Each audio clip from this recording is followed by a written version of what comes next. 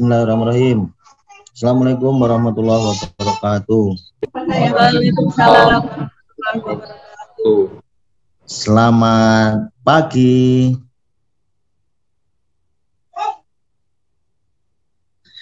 Semoga teman-teman semuanya bahagia selalu, disayang sama orang tua, disayang sama istri, disayang sama suami. Mas Esa jangan ketawa. Amin, Pak. Amin.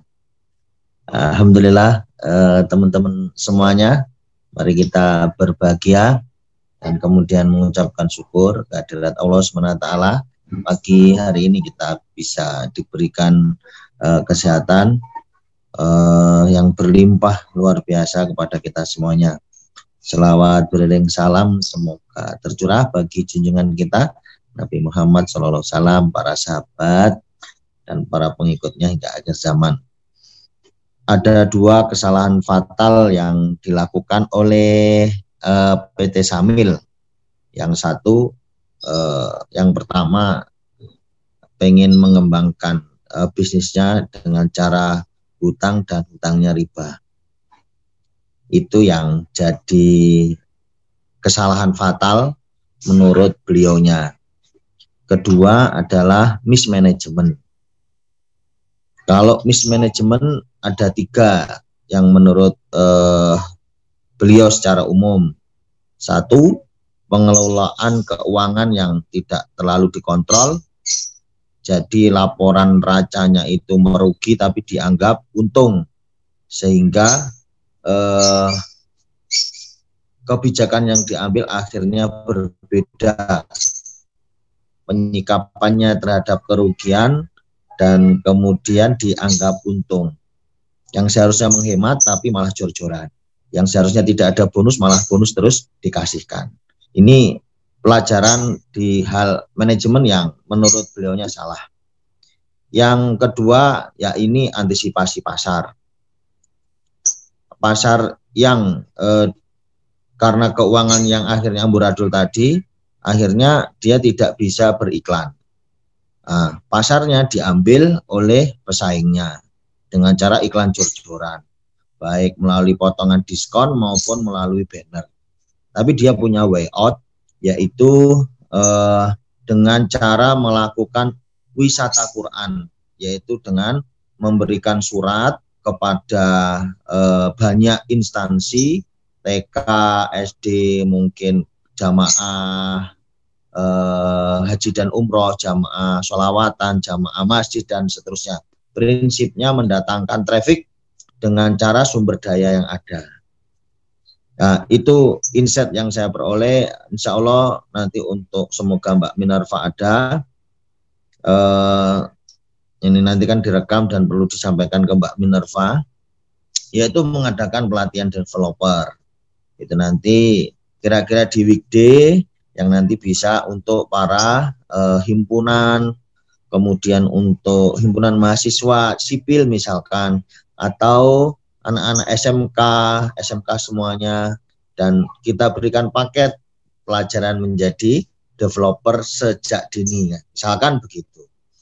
Nah, ini insight ketika Samil kehilangan pasar karena kehilangan keuangan sehingga dia nggak bisa iklan. Itu yang dapat insight. Yang berikutnya yang menjadi catatan yaitu tidak mengembangkan SDM. Jadi SDM ini perlu dikembangkan, perlu dilatih, perlu dikasih mindset, perlu dikasih nutrisi biar bisa bertumbuh organisasi itu. Sekali lagi ada yang berpendapat nggak usah aja, buat apa nanti kalau pinter nanti bikin sendiri kan gitu. Masih banyak orang yang seperti itu. Itu yang menurut catatan Kang Riza Zakaria. Teman-teman sekalian, oleh karena itu bagian dari insight itu kita menginginkan untuk tidak terjerembab dalam masalah yang sama. Nah, hari ini alhamdulillah 2 tahun kita sudah mendeklarasikan sebagai institusi yang menuju Islam, menuju syariah, meninggalkan hutang riba, dan mungkin saya berpikir ada bab yang masih dikasihkan PR kepada kita karena dosa-dosa kita yang masa lalu. Masih ada hal-hal yang jadi macet di beberapa unit bisnis kita yang saya pikir pengen dievaluasi. Mungkin karena dosa kita tentang riba mengikutinya. Ya, kita bertobat pada Allah SWT dengan ikhtiar semaksimal mungkin untuk bisa pindah secara cepat. Mungkin kalau skenario kita berhasil di 2021, insya Allah Jagat Land tanpa hutang. Amin. Kemudian yang berikutnya tentang manajemen kelola, itu tentang keuangan. Kemarin mendatangkan konsultan, langsung datang ke kita, baik konsultan keuangan maupun konsultan pajak. 2 konsultan sudah kita undang di kantor. Kemudian mungkin marketing dengan Jakarta Talk sudah penuh dengan ini, dengan insight. Kemudian di bidang manajerial umum, insya Allah teman-teman yang kita undang di Jakarta Talk juga membuat inspirasi bagi kita. Dan insya Allah hari ini akan berangkat juga dalam tolabul ilmi teman-teman untuk meningkatkan SDM dalam konteks manajerial. Judul World Class Manager gitu ya. Jadi menjadi menjadi seorang manajer yang kelas dunia. Dengan harapan di 3 hari ke depan mulai besok Jumat dan Sabtu dengan materi yang sudah tidak diragukan, kita akan bertumbuh. Jadi kita kerjanya tidak seri, tapi kita kerjanya paralel. Di tengah-tengah kesibukan kita masih harus mengerjakan perencanaan di 2021, meeting-meeting terus kita lakukan, sementara harus mengawal operasional di teman-teman di bawah juga berjalan. Ini bagian dari kerja paralel kita, keseriusan kita untuk meninggalkan kesalahan-kesalahan yang sudah dilakukan oleh Kang Riza, sehingga kita tidak terjerembab dalam lubang yang sama. Terakhir, kawan-kawan sekalian, mungkin bisa melihat A12, dia masih jadi kuli, dan 2019 dia sudah bisa naik jet pribadi.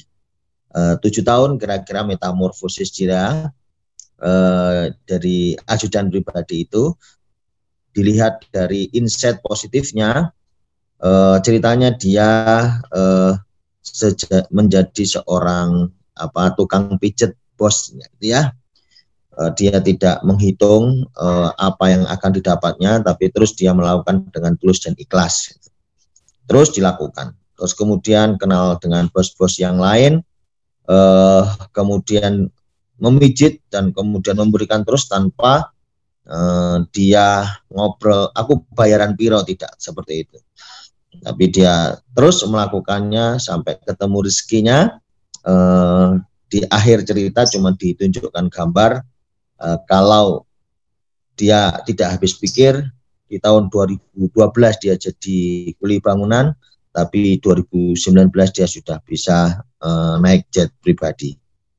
Wallahu a'lam bishawab. Mari kita pasrahkan semuanya, kita ikhlaskan semuanya apa yang kita lakukan pada Allah SWT, sehingga Allah akan memberi lebih kepada kita semuanya.